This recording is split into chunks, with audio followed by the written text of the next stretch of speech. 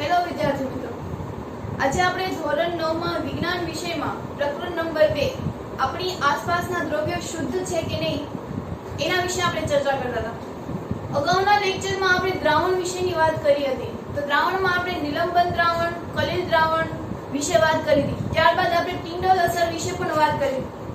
દ્રાવણમાં દ્રાવણ દ્રાવક વિશે પણ વાત કરી હતી। એમાં વિક્ષેપણ માધ્યમ, વિક્ષેપિત કલા, આ બધા વિષયથી આપણે વાત કરી।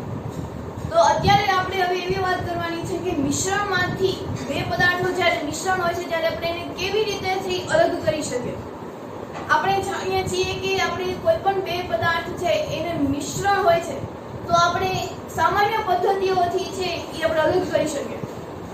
વિશ્વમાં રહેલા બધા જ પદાર્થો છે એ શુદ્ધ હોતા નથી, આપણને ખબર છે, બરોબર। એને કાંઈક ને કાંઈક રાસાયણિકનો ઉપયોગ છે એ લેવો જ પડ્યો હોય છે તો જ એ પદાર્થ છે બને છે। કોઈ પણ વસ્તુ છે એક પદાર્થથી બનતી નથી। તો આપણે આ બે જે પદાર્થો છે કે જેને આપણે અલગ નથી કરી શકતા તો એને આપણે અલગ કરવા માટે વિશિષ્ટ પદ્ધતિઓનો છે એનો ઉપયોગ કરવામાં આવે છે। સામાન્ય રીતે આપણે રોજિંદા જીવનમાં જો આપણે જોતા હોઈએ તો આપણે હાથેથી જ અલગ કરતા હોય છે।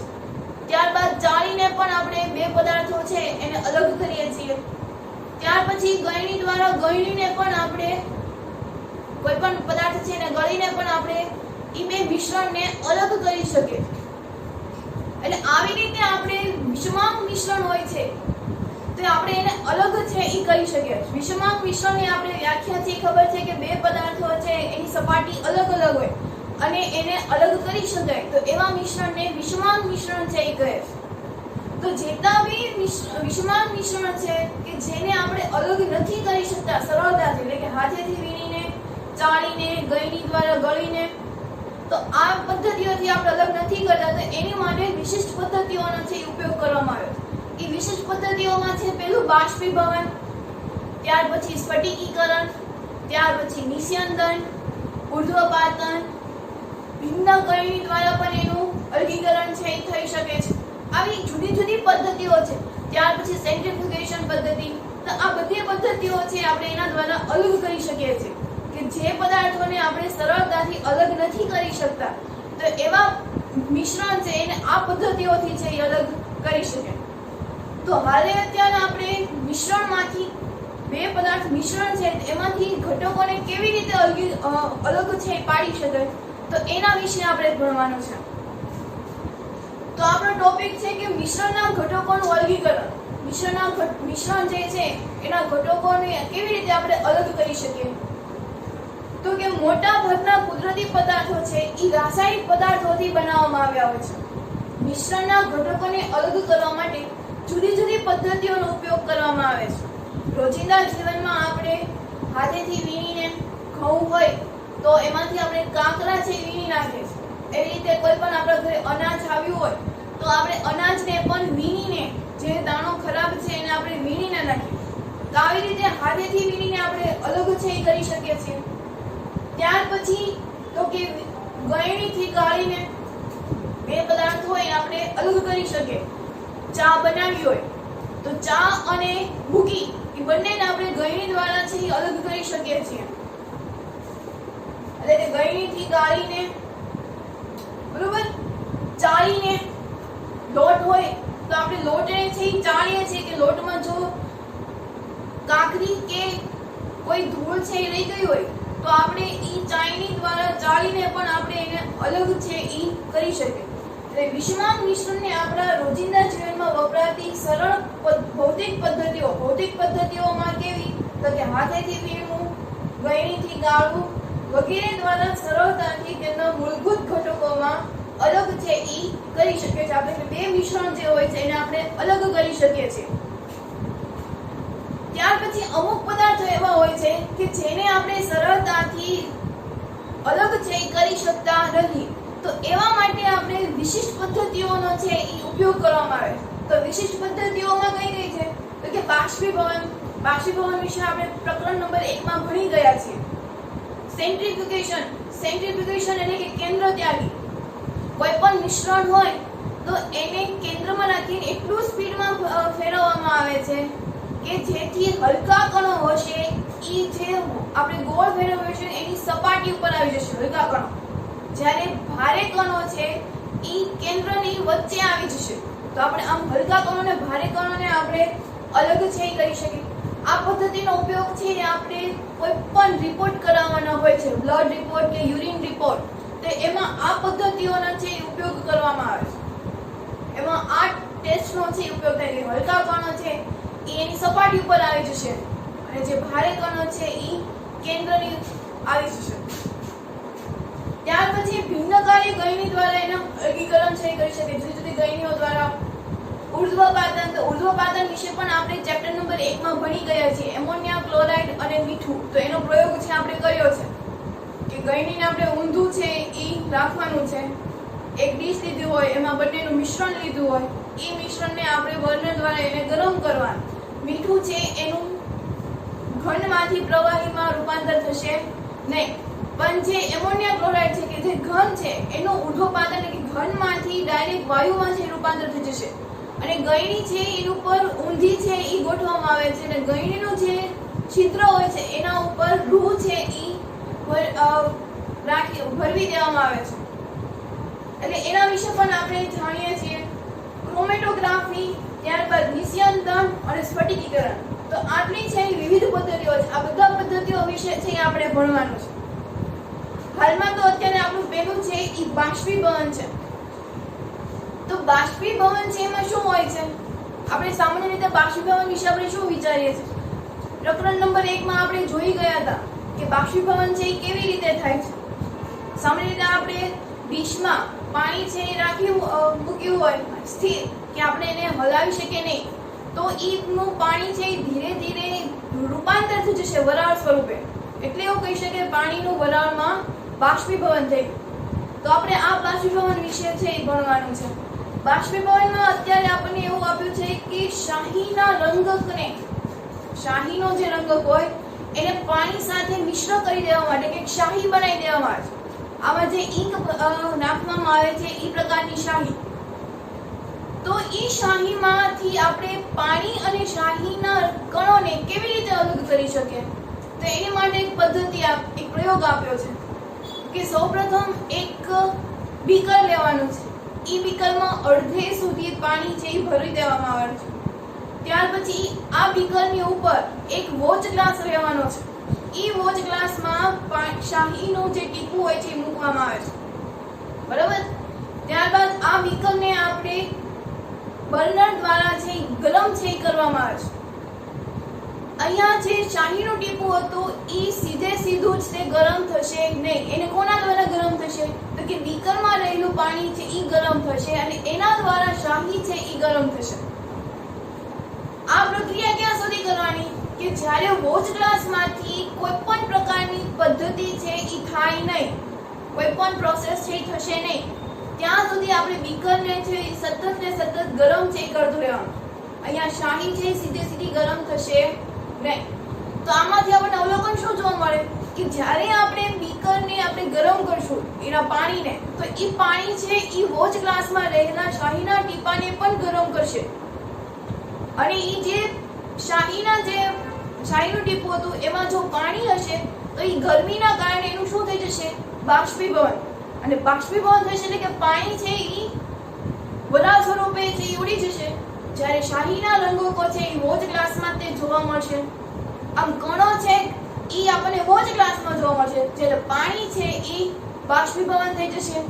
આમ શાહીના ટીપામાંથી આપણે શું અલગ કર્યું? તો કે પાણી અને શાહીના રંગકો, બરોબર. તો આના ઉપરથી આપણે બાષ્પીભવન વિશે આપણે જાણ્યા. તો હવે આપણે છે ડિટેલમાં જાણીએ.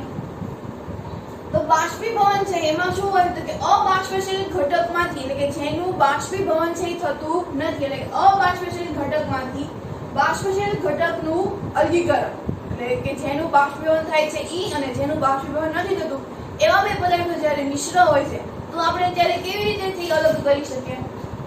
તો કે પદાર્થને પ્રવાહી અવસ્થામાંથી વાયુ અવસ્થામાં ફેરવવા માટેની પદ્ધતિને બાષ્પીભવન છે એ કહેવામાં આવે છે. બાષ્પીભવન કોને કહેવાય? તો કે પ્રવાહી અવસ્થામાંથી વાયુ અવસ્થામાં રૂપાંતર થઈ જાય તો એ આખી ઘટનાને બાષ્પીભવન કહેવાય. પાણીની ડીશ છે, તે પાણીની ડીશમાંથી પાણી છે એ ઉડી જશે, એટલે કે પ્રવાહીમાંથી શેમાં રૂપાંતર થઈ ગયું? વાયુમાં. એટલે કે પદાર્થને પ્રવાહી અવસ્થામાંથી વાયુ અવસ્થામાં ફેરવવા માટેની પદ્ધતિને બાષ્પીભવન છે એ કહે છે. અને આવા પદાર્થને બાષ્પશીલ પદાર્થ કહે છે. અને જે આ પદાર્થ જે આપણે વાપર્યો છે એને શું કહેવાય? તો બાષ્પશીલ પદાર્થ. પ્રયોગ આપ્યો છે કે ભૂરી અથવા કાળી શાહીમાંથી રંગીન ઘટકનું અલગીકરણ બાષ્પીભવન દ્વારા છે એ થાય છે. આવા તો ઘણા બધા એવા હોય છે કે જેનું બાષ્પીભવન છે એ આપણે આ પદ્ધતિઓ દ્વારા આપણે કરી શકીએ. તો એમાં શું હતું? તો કે જો પ્રયોગ આપણે હતો તો કે સૌપ્રથમ એક બીકર લ્યો, બીકરમાં અડધે સુધી આપણે એમાં પાણી ભરી લ્યો, બરોબર? પાણી ભરી લીધું, ત્યારબાદ તેને મીણબત્તી અથવા તો બીકર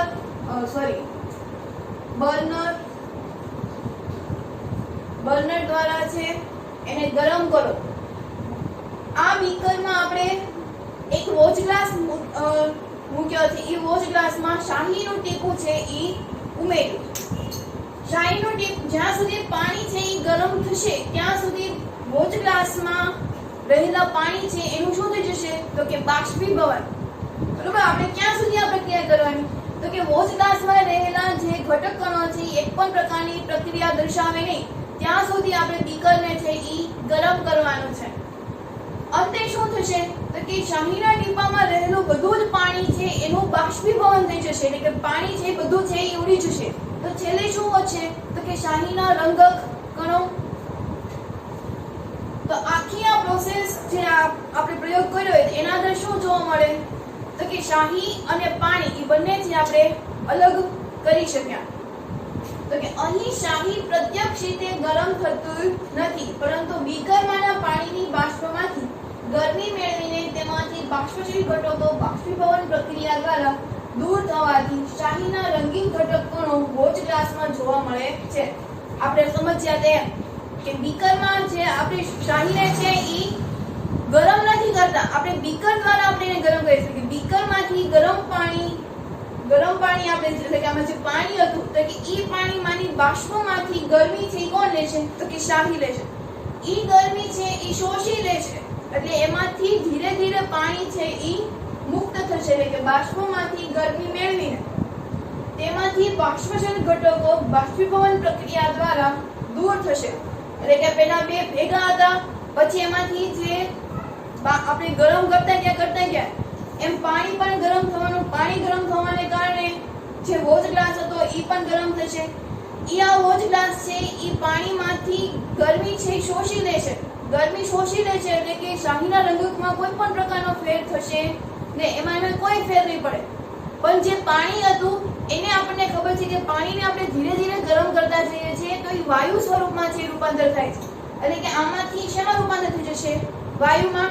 અને એનું શું થયું કહેવાય? તો કે બાષ્પીભવન. કે બાષ્પશીલ ઘટકો બાષ્પીભવન પ્રક્રિયા દ્વારા દૂર થવાથી શાહીના રંગક ઘટક કણો છે એ તમને ક્યાં જોવા મળશે? તો કે વોચ ગ્લાસમાં. આવી રીતે આપણે છે એ બે પદાર્થોને આપણે અલગ છે એ કરી શકીએ.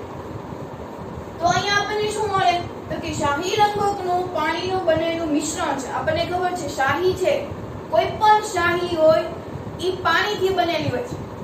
આપણે કોઈ ઘરે ચૂનો છે એ કરતા હોય છે ત્યારે એ ચૂનાનું દ્રાવણ એમાં શું હોય? તો કે ચૂનાનો પથ્થર અને પાણી એ બંનેનું મિશ્રણ હોય છે એટલે એમાં ચૂનાનું પાણી છે એ બને. ચૂનાનું નીકળ્યું પાણી આપણે કહેતા હોય. તો એવી રીતે શાહી છે એ કોનાથી બનેલું હોય? તો કે એ પાણીના મિશ્રણથી બનેલું હોય છે. આથી બાષ્પીભવન દ્વારા મિશ્રણના બાષ્પશીલ ઘટક પાણીને અબાષ્પશીલ ઘટક રંગથી અલગ છે એ કરી શકીએ છીએ. શાહીનું છે એ બાષ્પીભવન થતું નથી.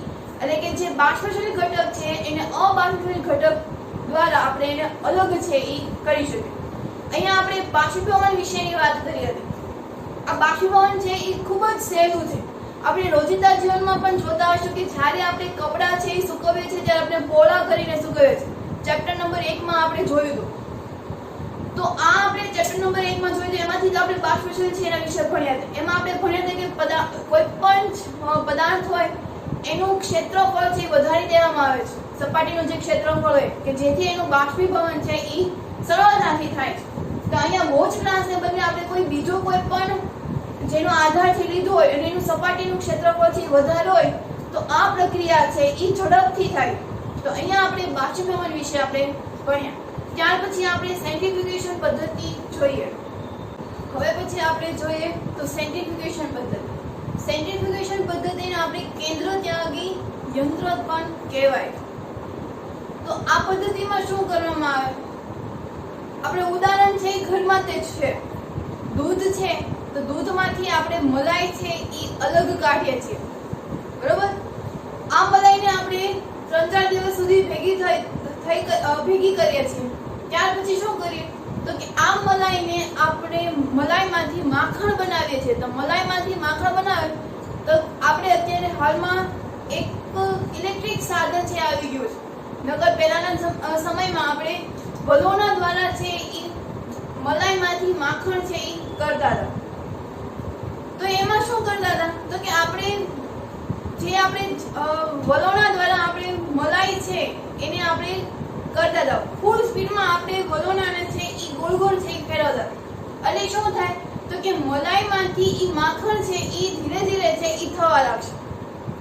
એટલે એમાં પ્રોસેસ શું થતી હોય તો કે જે હલકા કણો છે ઈ છે ઈ ઉપર આવી જશે. હલકા કણો હોય ક્યાં આવી જાય તો કે ઉપર, અને જ્યારે ભારે કણો છે ઈ પાત્રના તળિયે છે ઈ બેસી જશે. હવે મલાઈ જ્યારે આપણે કરતા હોય તો એમાંથી છાશ બનશે. તો છાશ અને જે માખણના જે ફૂદા બન્યા હતા ઈ બંનેમાંથી માખણના જે ફૂદા બન્યા હતા ઈ પ્રમાણમાં હલકા હશે. એટલા માટે જ તે સપાટી ઉપર આવી જાય છે. જ્યારે છાશ જે બચશે પાણી તો ઈ ફૂદાના સરખામણી આપણે કરતા હોય તો એમાં ઈ ભારે હશે, એટલે કે ઈ પાત્રના તળિયે છે ઈ જોવા મળશે. તો આપણે આ જ પદ્ધતિનો આપણે છે ઈ તો શું કરીએ તો અમુક વખત એવી મિશ્ર પદાર્થ હોય છે કે જેને આપણે ગળણી દ્વારા અલગ કરી શકતા નથી, બરોબર? ગળણી દ્વારા પણ આપણે અલગ ન કરી શકીએ. તો એવી પદ્ધતિમાં આપણે ગાળણ પદ્ધતિનો ઉપયોગ છે કરી શકતા નથી. તો ત્યારે કઈ પદ્ધતિનો ઉપયોગ આવે તો સેન્ટ્રીફ્યુગેશન પદ્ધતિ. હાલમાં આપણે રસોડામાં જોઈએ તો ગ્રાઇન્ડર, બરોબર? ગ્રાઇન્ડર દ્વારા અત્યારે આપણે મલાઈ છે એને વલોવતા હોઈએ છીએ. તો ઈ શું કામ કરશે ઈ ગ્રાઇન્ડર? તો ઈ ગ્રાઇન્ડરની આપણે જ્યારે સ્વિચ શરૂ કરશું ત્યારે એની જે નીચેની જે ચકરડી હોય છે એટલી ફૂલ સ્પીડમાં ફરે છે કે જેથી એના હલકા કણો છે ઈ ઉપર આવી જશે, જ્યારે ભારે કણો છે ઈ પાત્રના તળિયે રહેશે. તો આવી રીતે એમાંથી છે આપણે માખણ બને છે. ત્યાર પછી તો કે આ પદ્ધતિનો ઉપયોગ ક્યાં કરવામાં આવે તો કે જ્યારે પણ આપણને કોઈ ટેસ્ટ કરવાનો આવે છે, બ્લડ ટેસ્ટ કે યુરિન ટેસ્ટ, તો આમાં પણ આપણે સેન્ટ્રીફ્યુગેશન યંત્રનો જ તે ડોક્ટર છે એ ઉપયોગ કરે છે. કે જ્યારે પણ આપણને બીમારી થઈ હોય ત્યારે આપણે બ્લડ ટેસ્ટ કે યુરિન ટેસ્ટ કરવામાં આવે ત્યારે એના હલકા કણો છે ઈ કેન્દ્રમાં રહેશે. એનું મશીન અલગ હોય છે તો એના જે કણો છે ઈ કેન્દ્રમાં રહેશે, જ્યારે હલકા કણો છે ઈ બહાર સપાટી પર ફગવાઈ જશે. ત્યાર પછી તો એ બીજે ક્યાં ઉપયોગ કરવામાં આવે તો વોશિંગ મશીનમાં. વોશિંગ મશીનમાં કપડાં છે એ ધોવાઈ જાય છે, ત્યાર પછી આપણે એને ડ્રાય કરીએ છીએ. તો એ ડ્રાય કરતા એટલે થાય શું, આપણે જે કપડાં નાખ્યા હોય એકદમ ઊભા નાખ્યા હોય છે. જ્યારે પણ આપણે મશીન છે શરૂ કરીએ છીએ એટલે કે એમાંથી પાણી છે એ બહાર કાઢીએ છીએ ત્યારે તમે જોજો કપડાં છે એ જે મશીન હશે, એ જે ખાનું હશે એની ફરતે છે એ ગોઠવાઈ ગયા હશે. તો ફરતે જ્યારે ગોઠવાઈ ગયો એટલે કે એમાંથી પાણી છે એ બહાર નીકળી ગયું. અને વોશિંગ મશીનમાં પણ આ જ પદ્ધતિનો છે ઉપયોગ કરવામાં આવે. ત્યાર પછી આપણે જોતા હોય તો કે ડેરીઓ અને ઘરોમાં માખણ છે એ બનાવવા માટે પણ આપણે આ પદ્ધતિનો ઉપયોગ કર્યો હોય છે. મેં તમને હમણાં કીધું કે રસોડામાં આપણે ગ્રાઇન્ડર દ્વારા છે માખણ વલોવતા હોય છે. આધુનિક સમયમાં તો ઇલેક્ટ્રિક મશીન આવી ગયું છે, પણ પહેલાના સમયમાં વલોવણા હતા. એ જ પદ્ધતિનો ઉપયોગ છે આમાં, એને આપણે સેન્ટ્રીફ્યુગેશન પદ્ધતિ કહેતા હતા. તો હવે આપણે આ પદ્ધતિઓ વિશે આપણે ભણીએ. તો સેન્ટ્રીફ્યુગેશન પદ્ધતિને આપણે કેન્દ્ર ત્યાગી પણ કહે છે. એટલે કે એમાં કેવા દ્રાવણો છે એનો ઉપયોગ કરી શકાય, એટલે કે દૂધમાંથી મલાઈ છે એ કેવી રીતે અલગ કરી શકાય, તો એ પદ્ધતિનું વર્ણન છે અહીંયા કરવામાં આવ્યું. હાલના સમયમાં બજારમાં મલાઈથી ભરપૂર ટોન, ડબલ ટોન, વગેરે વિવિધતા ધરાવતું દૂધ પોલીપેક તેમજ ટેટ્રાપેકમાં ઉપલબ્ધ છે. અત્યારે આપણે દૂધ લેતા હોઈએ છીએ તો એમાં અલગ અલગ પ્રકારના છે એ દૂધ હોય છે અને બધા જ અલગ અલગ પ્રકારના દૂધમાં એની ફેટ હોય છે એ અલગ અલગ હોય છે. આપણે દૂધના પ્રકાર જોઈએ તો તાજા આવે છે, ગોલ્ડ છે, તો એ બધામાં એની જે ફેટ હોય છે એ બધી અલગ અલગ પ્રમાણમાં હોય છે. તમે નિરીક્ષણ કરવું હોય તો કરજો. એ બધામાં એની જે મલાઈ આપવાની જે ક્ષમતા હોય છે બધામાં અલગ અલગ હોય છે. તો બજારમાં અત્યારે આ પ્રકારનો છે એ અલગ અલગ પ્રકારના દૂધ છે એ મળી આવે છે. આ વિવિધતા સભર દૂધમાં જુદી જુદી માત્રામાં છે એ ચરબી હોય છે. આ બધી જ દૂધ જે અલગ અલગ પ્રકારના હોય તેમાં ચરબીનું પ્રમાણ છે એ અલગ અલગ હોય છે. ચરબી એટલે એક પ્રકારની મલાઈ જે આપણે અત્યારે બહાર કાઢીએ, દૂધ ગરમ કર્યા પછી આપણે ઠંડુ થઈ જાય તો એમાંથી મલાઈ છે એ આપણે અલગ છે એ તારવી શકીએ. તો એ મલાઈની ક્ષમતા કોના ઉપર હોય તો કે એમાં જે ચરબીનું માત્રા જેટલી નાખી છે તો એટલા પ્રમાણમાં જે આપણને મલાઈ છે એ મળે. કેટલીક વાર પ્રવાહીમાં રહેલા ઘનકણો અતિ સૂક્ષ્મ હોવાને કારણે તે ગાળણ પત્રમાંથી પણ સહેલાઈથી પસાર થઈ જાય છે. તેથી ગાળણ પદ્ધતિનો ઉપયોગ કરીને તેઓનું અળગીકરણ શક્ય બને નહીં. અમુક વખત એવું થાય પ્રવાહીના જે ઘનકણો છે એ અતિ સૂક્ષ્મ છે. ઘનકણો છે એ અતિ સૂક્ષ્મ છે એટલે એને આપણે જો ગાળણથી અલગ કરીએ તો એમાંથી એનું અળગીકરણ થઈ શકતું નથી.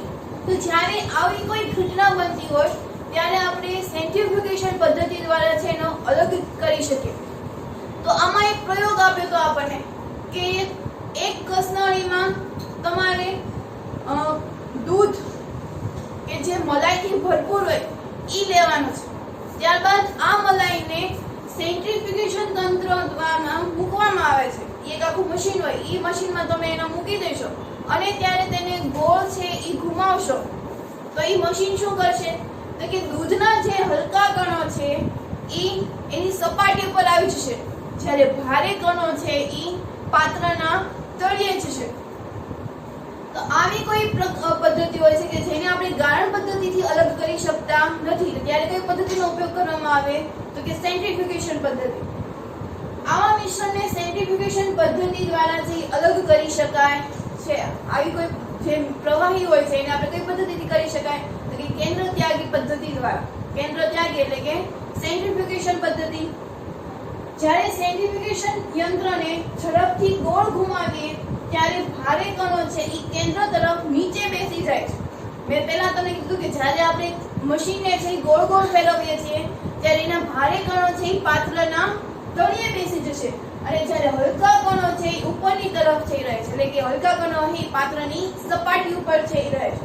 તો આનો સિદ્ધાંત શું થાય તો કે સેન્ટ્રીફ્યુગેશન પદ્ધતિમાં યંત્રને એટલી ઝડપથી છે એ ઘુમાવવામાં આવે છે કે જેથી તેના ભારે કણો છે એ પાત્રના તળિયે બેસી જશે અને હલકા કણો છે એ પાત્રની સપાટી ઉપર જોવા મળશે. તો આ પદ્ધતિનો છે એ ઉપયોગ ક્યાં જોવા મળે? આપણને એક માર્ક્સમાં પૂછે કે કેન્દ્ર ત્યાગી નો ઉપયોગ છે એ જણાવો. તેમાં શું આવશે તો કે આ પદ્ધતિનો ઉપયોગ છે એ યુરિન કે બ્લડ ટેસ્ટમાં કરી શકાય. ત્યારબાદ ડેરીઓ અને ઘરોમાં પણ દૂધમાંથી મલાઈને દૂર કરવા માટે પણ ડેરીઓ અને ઘરોમાં મલાઈમાંથી માખણને અલગ કરવા માટે. ત્યારબાદ વોશિંગ મશીનમાં બરોબર કપડાં સુકવવાનું જે હોય છે તો કે વોશિંગ મશીનમાં ભીના કપડાને નીચોવવા માટે આ પદ્ધતિનો છે ઉપયોગ કરવામાં આવે છે કે જેમાંથી પાણી છે એ બહાર કાઢી શકાય. તો આપણે અહીંયા વાત કરી સેન્ટ્રીફ્યુગેશન પદ્ધતિ એટલે કે કેન્દ્ર ત્યાગી, બરોબર, કેન્દ્ર ત્યાગી યંત્ર. તો આમાં આપણે શું શીખ્યા તો કે ભારે કણો છે ઈ પાત્રના નીચે પાત્રના તળિયે બેસી જશે, જ્યારે હલકા કણો છે ઈ પાત્રના સપાટી ઉપર જોવા મળશે. આ પદ્ધતિનો ઉપયોગ ક્યારે કરવામાં આવે કે જ્યારે પ્રવાહીઓ હોય છે એને ગળણી દ્વારા આપણે અલગ છે નથી કરી શકતા. એની ગળણી દ્વારા એના મિશ્રણ છે એને આપણે અલગ નથી કરી શકતા. કેમ તો કે એના ઘનકણો અતિ સૂક્ષ્મ હોય છે કે ગળણીમાંથી પણ પસાર થઈ જાય છે. તો જ્યારે કોઈ આવા દ્રાવણ બને છે ત્યારે આપણે એને સેન્ટ્રીફ્યુગેશન પદ્ધતિ દ્વારા છે ઈ અલગ કરી શકાય.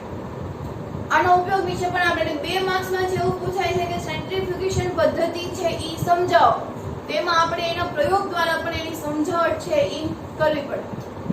ત્યાર પછી હવે આપણે આગળ જોશું તો કે ભિન્નકારી ગળણીઓ દ્વારા પણ મિશ્રણને આપણે અલગ છે એ કરી શકીએ. બે કોઈ મિશ્રણ હોય તો એને અલગ અલગ ગળણીઓ દ્વારા પણ આપણે એને અલગ કરી શકાય. તો હવે આપણે એના વિશે ભણવાનું છે. ત્યાર પછી જોવાનું છે કે ભિન્નકારી અલગીકરણ દ્વારા ગારણ છે એનું અલગીકરણ કેવી રીતે થાય. તો આ પદ્ધતિમાં કેવી રીતે કરવામાં આવે છે તો કે એવા પદાર્થો કે જે એકબીજામાં મિશ્ર નથી થતા, તો એવા પદાર્થોને આવી ભિન્નકારી ગળણી દ્વારા છે એ અલગ કરી શકાય. જે બે દ્રાવકો ભેગા થયા છે તો એમાં શું કરવામાં આવે, દાખલા તરીકે કેરોસીન અને પાણી લઈએ તો એ કેરોસીન અને પાણી છે એ બંને અલગ અલગ સ્તર છે, એ વિષમાંક મિશ્રણ છે કે એને આપણે અલગ કરી શકાય. તો આ બંને છે દ્રાવણો છે એને આપણે મિશ્ર કરી શકતા નથી. આપણે ગમે એટલો પ્રયત્ન કરીએ એ બંનેની સપાટી છે એ અલગ અલગ જ રહેશે. આપણે જોયું હશે એવી જ રીતે તેલ અને પાણી, તો તેલ અને પાણીની સપાટી પણ અલગ અલગ છે રહેશે. એટલે કે એવા બે પદાર્થો કે જે મિશ્ર નથી થતા, તો એવા બે પદાર્થોને આપણે અલગ કેવી રીતે કરી શકાય તો કે આ ભિન્નકારી ગળણી દ્વારા. તો એમાં શું કરવામાં આવે તો કે ભિન્નકારી ગળણીમાં આ બંનેનું દ્રાવણ છે, મિશ્રણ છે એ ભરી દેવામાં આવે છે આ ગળણીમાં.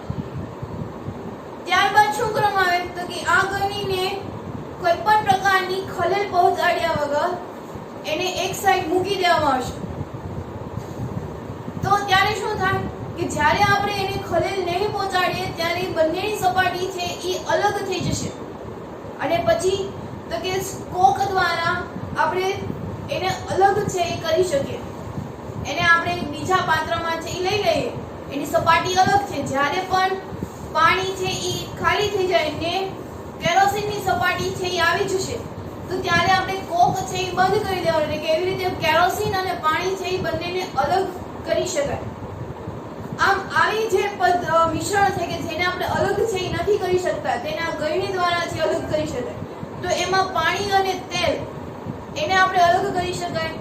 ત્યાર પછી એનો ઉપયોગ ક્યાં થાય તો કે લોખંડમાંથી, લોખંડ જે હોય એમાંથી કાચી ધાતુઓ મેળવવામાં આવતી હોય ત્યારે આપણે એનું નિષ્કર્ષણ કરવું હોય, લોખંડની કોઈ કાચી ધાતુમાંથી નિષ્કર્ષણ કરવા માટે આ પદ્ધતિનો ઉપયોગ કરવામાં આવે. ત્યારે એમાં શું થાય કે સ્લેગ હશે, લોખંડનો જે કોઈ સ્લેગ હશે એ ઉપર છે એ તરવા લાગશે, જ્યારે ભારે કણો છે એ પાત્રના તળિયે છે એ બેસી જશે અને બંને દૂર થઈ જશે. તો આવી રીતે કોક દ્વારા પણ આપણે ભારે કણો છે એને કોક દ્વારા નીચેથી મેળવી શકાય અને જે હલકા કણો છે કે જે સ્લેગ હતો એ ઉપર છે એ તળી જશે.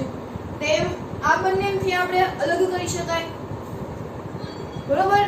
તો આપણે આ પદ્ધતિનો છે ક્યારે ઉપયોગ કરીએ તો કે એકબીજામાં મિશ્ર ન થતા હોય અને આપણે એને અલગ છે એ કરવા હોય ત્યારે આ પદ્ધતિનો ઉપયોગ કરવામાં આવે.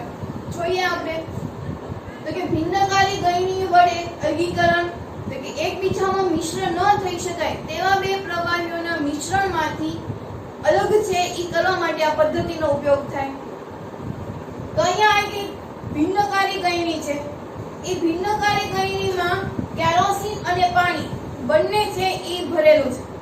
આ બે મિશ્રણ શરૂઆતમાં બે મિક્સ હશે એટલે એને થોડાક સમય માટે તમે જો રાખી મૂકો તો બંનેની સપાટી છે એ અલગ જોવા મળશે. એટલે પાણી છે એ અને કેરોસીન છે બંનેની સપાટી અલગ જોવા મળશે. અલગ સપાટી જોવા મળે ત્યારે બીકર છે એ નીચે રાખવાનું છે અને જ્યારે આપણે આ સ્ટોપ કોક છે એને આપણે ખોલી નાખશું એટલે કે પાણી છે એ નીચે આવી જશે. જ્યારે કેરોસીનની સપાટી છે એ આ કોક પાસે આવશે ત્યારે કોક છે એ બંધ કરી દેવાનો, એટલે કે પાણી અને કેરોસીન એમ બંને છે અલગ થાય. ફરી કહી દઉં છું કે આ ગળણીમાં કેરોસીન અને પાણી બંનેનું છે એ મિશ્ર છે. બંનેની સપાટી થોડાક સમય પછી એને અલગ અલગ થઈ ગઈ છે. તો ત્યારે શું કરવાનું તો કે સ્ટોપ કોકને છે એ ખોલી નાખવાનું. એટલે સ્ટોપ કોક ખોલી નાખશો એટલે બધું પાણી છે એ આ બીકરમાં છે એ આવી જશે. બીકરમાં બધું પાણી આવી જશે એટલે કે કેરોસીનની સપાટી છે એ કોકની નજીક આવશે એટલે જ્યારે પણ કોકની નજીક આવશે ત્યારે એ કોક છે એ બંધ કરી દેવાનો એટલે કે કેરોસીન છે એ પછી બીકરમાં આવી શકે નહીં. આમ કેરોસીન અને પાણીને છે એ અલગ કરી શકાય. તો આવી રીતે આપણે બે મિશ્ર પદાર્થો કે જે મિશ્ર નથી થતા એને આ પદ્ધતિ દ્વારા છે અલગ કરી શકાય. આ પદ્ધતિનો ઉપયોગ ક્યાં ક્યાં થાય તો કે તેલ અને પાણીના મિશ્રણને અલગ કરવા માટે. તેલ અને પાણી બંનેની સપાટી પણ અલગ હોય છે તો આવી રીતે પણ એને અલગ કરી શકાય. ત્યાર પછી લોખંડની કાચી ધાતુમાંથી લોખંડનું નિષ્કર્ષણ કરવા માટે આ પદ્ધતિમાં હલકું સ્લેગ ઉપરના ભાગ પર આવી જશે. જ્યારે પીગળેલું જે લોખંડ છે એ ભઠ્ઠીના તળિયે છે એ રહી જશે. સ્લેગ હોય છે એ જે પીગળેલ જે લોખંડ હોય છે એની કરતા ઈ હલકું હોય છે. તો ઈ હલકું હોય છે એટલે શું થશે તો કે ઈ સ્લેગ ઉપર આવી જશે જ્યારે લોખંડનો જે પીગળેલો ભાગ હતો એ પાત્રના તળિયે આવી જશે. તો આપણે સ્લેગને છે એ દૂર કરી નાખીએ તો આમ સ્લેગ અને પીગળેલ લોખંડ એ બંને છે આપણે અલગ છે એ કરી શકીએ. લોખંડની કાચી ધાતુમાંથી લોખંડનું નિષ્કર્ષણ કરવા માટે આ પદ્ધતિમાં હલકું સ્લેગ ઉપરના ભાગથી દૂર કરવામાં આવે છે અને પીગળેલ લોખંડ ભઠ્ઠીના તળિયે છે એ રહી જાય છે. એમ આ પદ્ધતિનો છે ત્યારે આ ઉપયોગ થાય. તો આ પદ્ધતિનો સિદ્ધાંત શું છે તો કે એકબીજામાં મિશ્ર ન થઈ શકે તેવા પ્રવાહીઓની ઘનતાના આધારે અલગ અલગ સ્તરોમાં વિભાજન છે થાય છે એટલે કે એનું અલગીકરણ છે એ થઈ શકે. જેની ઘનતા છે એ વધારે હશે એ પાત્રના તળિયે બેસી જશે, જેની ઘનતા છે એ ઓછી હશે તો એ ઉપર છે કરશે. આમ ઘનતાના આધારે આપણે અલગ છે એ કરી શકીએ. આમાં કેરોસીન ને પાણી છે તો કેરોસીનની ઘનતા છે પાણી કરતા ઓછી છે એટલા માટે એ પાણીની ઉપરની સપાટી પર છે જોવા મળે છે. એટલે જેની ઘનતા ઓછી હશે એ પાત્રના સપાટી પર જોવા મળશે અને જેની ઘનતા છે વધારે હશે એ પાત્રના તળિયે જોવા મળશે. આમ એકબીજામાં મિશ્ર ન થઈ શકે એવા પ્રવાહી પદાર્થોનું અલગીકરણ કરવા માટે આ ભિન્નકારી ગળણી દ્વારા અલગ છે એ કરી શકાય. તો અત્યારે આપણે અહીંયા સુધી રાખીએ છીએ. હોમવર્કમાં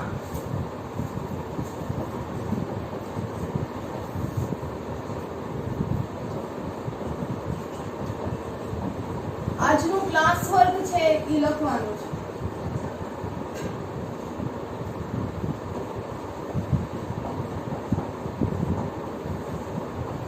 બરોબર, હોમવર્કમાં આજે આપણે જેટલું ભણ્યા છે એ બધું એકવાર ફેરબુકમાં અને રફબુકમાં પણ લખવાનું છે.